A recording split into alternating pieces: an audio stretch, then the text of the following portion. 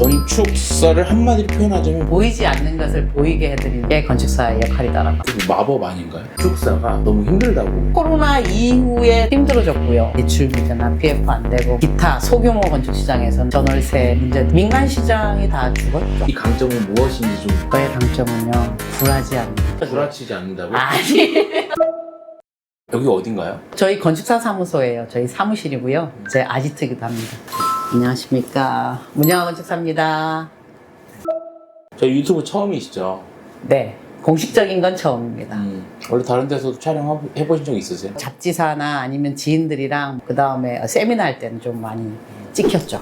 개인적으로는 그동안 안 하셨던 거예요? 개인적으로는 제가 하고 싶어서 솔직히 다 배웠거든요. 편집부터. 그럼 뭐예요. 시간의 문제죠. 그리고 잘 안 되더라고요. 그래서 우리 호피디님 섭외해서 도움을 좀 받고자 모셨습니다. 저는 좀 사람들이 생각하기에 건축이라는 게 어려울 수 있고 그분들한테 조금 더 쉽게 다가갈 수 있는 네. 그런 채널을 좀 만들어 가려고 하고 저도 그러기를 원합니다. 왜냐하면 저희가 2014년도에 집톡이라고 만들었거든요. 그게 찾아가는 건축 서비스를 했어요. 너무 건축사들 찾아오는 게 문턱이 높아서. 건축사를 한마디로 표현하자면 뭐라고 얘기할 수 있을까요? 저는 보이지 않는 것을 보이게 해드리는 게 건축사의 역할이다라고 합니다. 그리고 마법 아닌가요? 아니 마법이라고 빈 땅에다가 건물 짓잖아요. 상상해가지고. 무에서 유를 찾는 그렇죠. 지금은 네. 없는 곳이 아니라 있는 곳을 철거해서 하는 경우도 많이 있고 그렇지만 똑같잖아요. 다시 없는 상태로 올리는 거니까 새로운 걸 올리잖아요. 똑같은 걸 카피하는 게 아니니까. 우리는 상상한 공간을 만들어서 짠 하고 제시를 하는 거잖아요. 그래서 항상 보이지 않는 밑에 바닥에 있는 뿌리까지 보여드린다. 나무로 비교하자면. 그래서 그 이미지를 자주 쓰는데. 건축사 일을 하신 지는 얼마나 되셨어요? 그러니까 건축사 일로만 하면 12, 3년? 건축 설계를 시작한 걸로부터 하면 30년이 넘었고 건축과를 들어간 것부터 하면 더 되는데 나이가 나오니까 여기까지만 하겠습니다. 대충 각 잡히는데 아, 네, 그런가요? 제가 알기로는 해외 가서도 공부를 하셨다고. 예, 프랑스에 갔었습니다. 밀레니엄 딱 시작할 때 2000년 1월에 갔습니다. 그 프랑스에서 얼마나 계셨던 거예요? 프랑스에서는 만으로 4년 좀 넘었고 5년차 때 한국을 들어왔었고요. 석사하고 들어온 셈이죠. 프랑스에서 배워온 건축 분야에 대한 공부가 한국 와서 건축사가 되시면서 많이 도움이 되셨나요?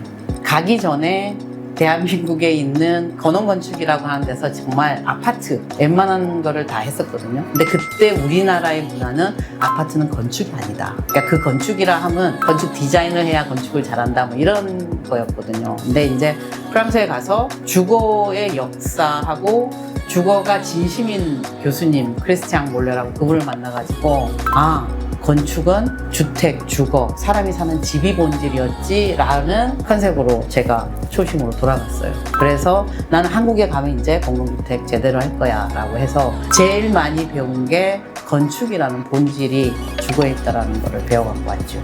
그러면 2000년 초반 네. 때와 2025년 현재 기준으로 바라봤을 때 네.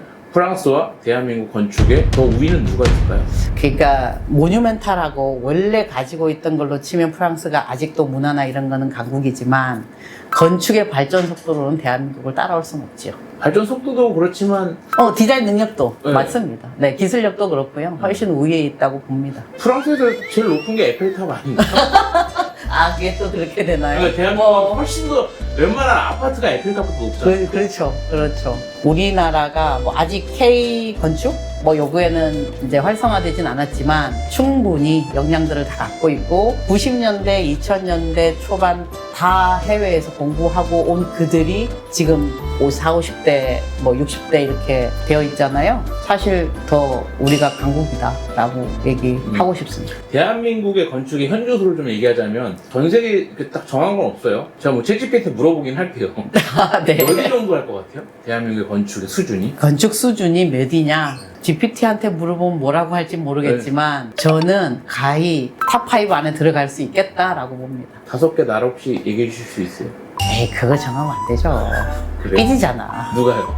몰라. 걔가 그런 나라가 삐져가지고 이 영상을 좀 봤으면 좋겠는데 진짜? 그 정도로 해가지고 기분 나쁘게 악플 달았으면 원래 가지고 있던 자산에 대한 거를 빼면 솔직히 뭐 두바이나 아부다비나 이런 데들이 훨씬 투자를 많이 하고 더 세계적인 건물들이 들어가잖아요. 그리고 그 다음에 이제 일본은 우리 프리츠커상 그런 것들이 엄청 많이 받았잖아요. 그러니까 이거를 어떤 나라에서 밀어주고 정책적으로 그 건물을 하게 하는 거하고 다른 이걸로 보면 다섯 손가락이라고 하는 거고요. 건축은 살아있는 거거든요. 그래서 정체되어 있는 것보다 새로운 거를 계속 도전하면서 발전시켜 나가는 걸로 본다 그러면 뭐 예전에는 미국이 1위야 뭐 프랑스가 2위야 이런 식의 순위가 있었는지 모르지만 지금으로 보면 새로운 발전 속도에서 새로운 걸 시도하는 게 저는 1위, 2위, 3위라고 봤을 때 그래서 그게 한 5위 안에 들어간다라는 관점입니다. 요즘 그 얘기가 참 많이 이슈가 되는 것 같아요. 건축사가 네. 너무 힘들다고 하던데 사실입니까? 코로나 이후에 더 훨씬 힘들어졌고요. 그 다음에 이제 뭐 아시다시피 대출 규제나 PF 안 되고 뭐 기타 소규모 건축 시장에서는 전월세의 문제들 이런 것 때문에 민간 시장이 다 죽었죠. 그냥 그렇게 얘기하는 게 좀 나을 것 같아요. 민간의 소규모 건축 이런 게 활성화가 돼야 전체 건축사들이 사실 균등하게 먹고 사는데 빈익빈 부익부가 훨씬 더 심해졌다고 볼 수 있어요. 최근에 좀 힘들어졌다라는 거죠. 어떻게 한 보면. 2, 3년. 네. 그러니까 결국에는 부동산 정책이나 부동산에 대한 부분이 건축 관련된 것들이랑 밀접한 관계가 맺어질 수밖에 없는 거죠. 당연하죠. 그러다 보니까 건축사에 대한 경제적인 수입이나 이런 것들도 올라갈 수도 있고 내려갈 수도 있는. 네. 전체적으로는 많이 줄었어요. 어떻게 됐냐면 한 3년 전에만 해도 저는 광진구에 있으니까 광진구청에 인허가 건수 나오잖아요. 3건이 안 됐어요. 한 달에. 근데 지금은 한 10건 이렇게 돼요. 그러니까 한 3배 지금은 늘었는데 그거는 통상적인 숫자가 아니에요. 그전은 훨씬 활성화되어 있던 건데 생각을 해보세요. 우리 광진구에 있는 건축사가 광진구에 있는 건물을 하는 건 아니지만 그 많은 건축사들이 광진구 자체의 일이 몇십 건, 몇백 건에서 3건, 2건 줄었다는 거는 없었다는 얘기하고 있다는 거죠. 건축사들이 대한민국에 많이 있나요? 건축사가 한 19,000명? 제가 알기로 그 정도 됩니다. 숫자적으로는 19,000여 명이고 그 중에 이렇게 사무실을 등록해서 운영하는 거는 한 10,000명 정도라고 알고 있어요.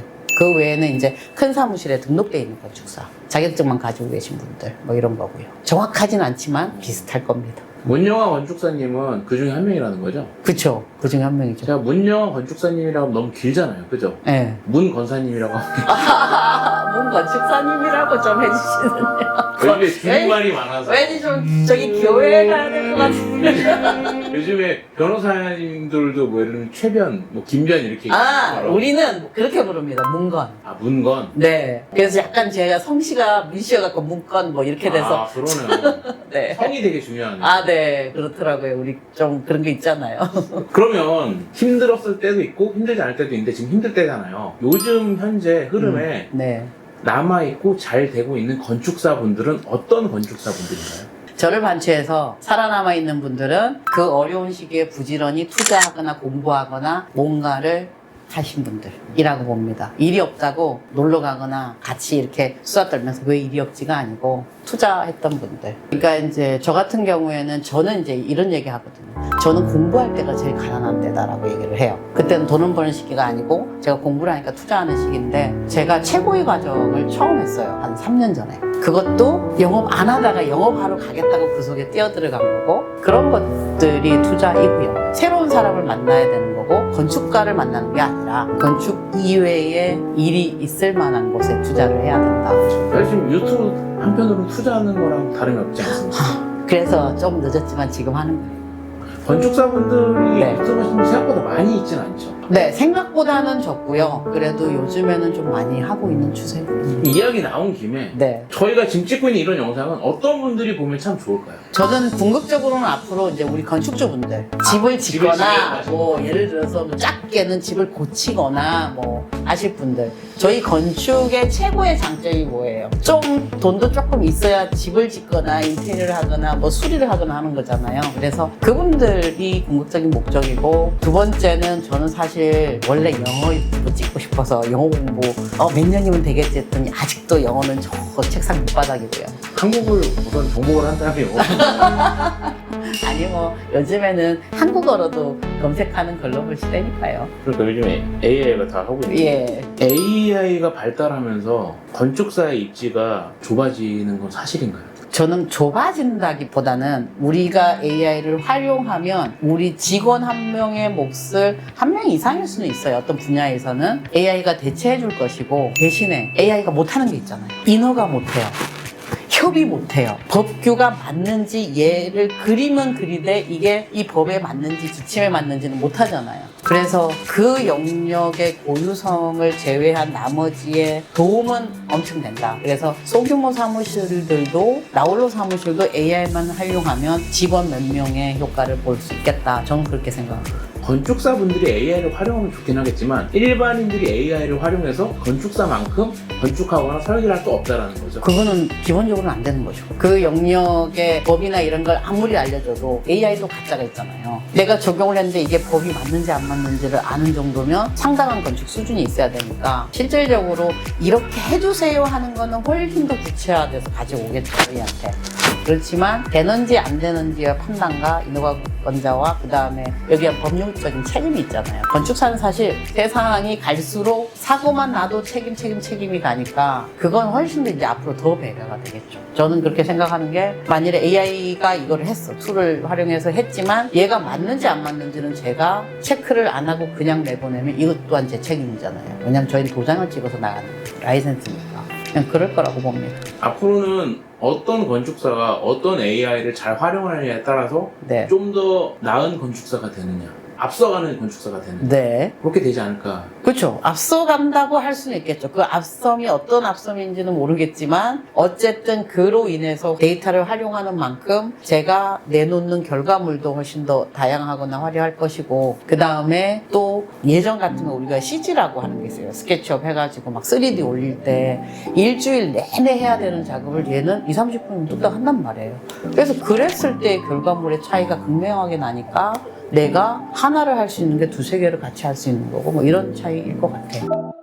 현재 기준으로서 제가 봤을 때 직원분들도 꽤 있으시고 건축사님 같은 경우에는 좀 잘 되고 있는데 나만의 강점이 있기 때문에 가능하지 않았을까. 이 강점은 무엇인지 좀 말씀해 주실 것 같아요. 저의 강점은요, 굴하지 않는데 그냥 긍정적으로. 구라치지 않는다고? 아니 그건 아니고 굴하지 않는다. 구라지 않는다. 아. 무릎 꿇지 않는다. 아, 네. 그리고 이제 저는 사실 모든 영역을 하는 토탈을 좀 추구하는 거고 겁이 좀 없어요. 그런 면에서. 귀신은 무섭고요. 그러니까 뭔가 새로운 게 왔을 때 너 이거 해봤니? 뭐 이러잖아요. 하면 되지. 그래서 합니다. 박사를 도시를 했잖아요. 그 다음에 건축하잖아요. 시공도 하잖아요. 이게 당연히 인테리어도 하죠. 그러니까 그런 게 뭔가가 오면 그 연구 용역이든 뭐든 너 다 할 수 있다라고 시작을 해요. 그래서 믿고 맡겨주시면 그걸 잘 해내거든요. 그러다 보니까 여기까지 온 거고 지금은 사람에 의해서 사람으로 들어오거든요, 일이. 그래서 그게 강점인 것 같아요. 저희 오늘 첫 촬영했는데 배우님 채널명이 뭔가요? 원래 저는 건축 보고요. 이게 사투리가 제가 경상도거든요. 그러니까 건축 보고요. 건축 보고라고 하고 경상도 싶었어요. 어디신가요? 네? 경상도 어디? 하동이요. 경남 하동. 그러다 보니까 제가 건축 보고요 하고 싶었는데 이게 사투리 어감인지 모르겠네요. 피디님 한번 해보세요. 건축 보고요. 건축 보고요. 그렇구나. 보고 또 보고 보물에 보고 보고하다에 보고 뭐 이런 거를 해서 저는 그렇게 하고 싶었어요. 유튜브 저는 유익한 채널 기본이고요. 또 재밌으면서 건축의 지식이나 뭐 트렌드나 이런 것도 아는 거면 좋겠고 저 사실 또 집도 잘 지어요. 설계도 잘하고 그래서 그게 메인이어야죠. 유튜버가 메인 되시면 안 되죠. 네, 그래서 집을 짓는 거에 대한 Q&A도 좋고 어느 땅을 보면 어떻게 하는 게 좋겠다 뭐 이것도 좋고 저는 집에 대한 모든 것 다 말씀드릴 수 있어요. 여기 보시는 시청자분들이랑 많이 소통하는 좀 그런 채널이 됐으면 좋겠습니다. 저도. 네, 저도 그렇게 생각을 하고요. 과하지 않으면서 정보 전달을 잘하는 그런 거면 좋겠어요. 알겠습니다. 오늘 촬영 감사합니다. 감사합니다. 예쁘게 봐주세요.